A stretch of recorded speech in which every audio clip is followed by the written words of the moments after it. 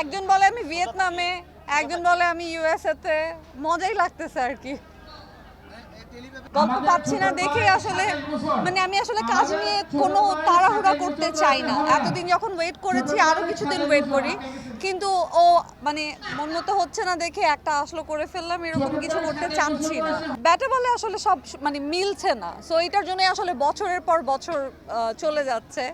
কি বলবো, আমি আসলে অনেক দেরি করে ফেলছি, কারণ আমি ভেবেছিলাম যে আরো আগে আসবো, বাট আমার অনেক মাইগ্রেন ছিল দেখে আমি একটু দেরি করে এসেছি। আই থিঙ্ক আমার ম্যাক্সিমাম কলিগই চলে গেছে, আমি খুব অল্প আমার পরিচিত মানুষ দেখছি, বাট অফকোর্স ভালো লাগছে। সব একজন বলে আমি ভিয়েতনামে, একজন বলে আমি ইউএসএ তে। মজাই লাগতেছে আর কি। রেগুলার দেখা হয় না, সো এরকম একটা গেট টুগেদার এভরি ইয়ার যে করে, এটা খুবই খুবই ভালো ইনিশিয়েটিভ। সবার সাথে দেখা হয়। কাজের সমসাময়িক ব্যস্ততা, মাত্র তো আসলাম, প্রিপারেশন নিচ্ছি, কিন্তু হুটহাট অত তাড়াহুড়াও নাই আসলে। ঠিকঠাক মতোই আসলে কাজটা করতে চাই। ডেফিনেটলি ভাবা হচ্ছে। এখন পর্যন্ত আমার পছন্দ মতো বা আমার মন মতো গল্প পাচ্ছি না দেখে আসলে আমি আসলে কাজ নিয়ে কোনো তাড়াহুড়া করতে চাই না। এতদিন যখন ওয়েট করেছি আরো কিছুদিন ওয়েট করি, কিন্তু ও মন মতো হচ্ছে না দেখে একটা আসলে করে ফেললাম, এরকম কিছু করতে চাচ্ছি না। আমার কোনো ফিটনেসের রহস্য নাই, বললাম তো আমি আলাদা করে কোনো কিছুই করি না। আমার ফুড হ্যাবিট যথেষ্ট বাজে। আমি প্রচুর সুইট খাই, ডেজার্ট খাই, তারপরে এগুলো কোনো রেস্ট্রিকশনস নাই। আর হচ্ছে আজকাল একটু আমি একটু স্কিনের ব্যাপার একটু সিরিয়াস থাকি, বাজারে বিভিন্ন ভালো ভালো সিরাম অ্যান্ড এভরিথিং।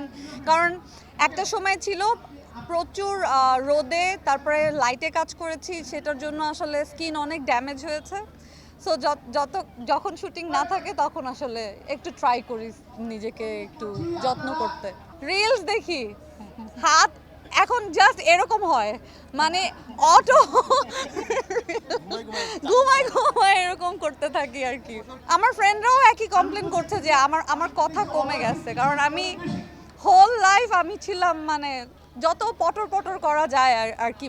আমি অ্যাকচুয়ালি যে কোনো জায়গাতে প্রচুর কথা বলতাম, বাট এখন একটু একটু শুনতে বেশি পছন্দ করি। I am a good listener nowadays. আমার মনে আছে শুটিংয়ের মধ্যে মোশাররফ ভাই স্পেশালি, তো আমরা গুনগুন করে মাঝে মাঝে গান গাই। তো মোশাররফ ভাই ম্যাক্সিমাম শুটিংয়ের মধ্যে আমাকে বলে যে আচ্ছা এই গানটা গা, ওই গানটা গা।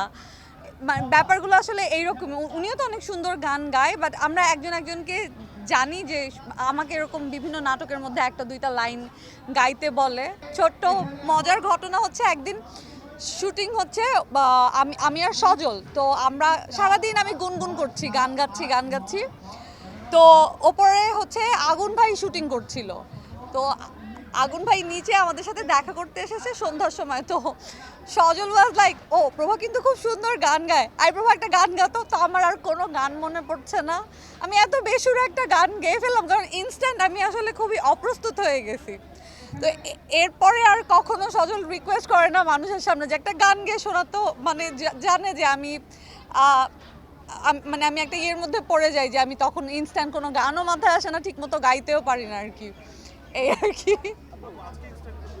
ওই যে এখন আমার কিচ্ছু মনে নাই, এই রিকোয়েস্ট করাই যাবে না। আমারও ইচ্ছা ছিল বড় পর্দায় কাজ করা।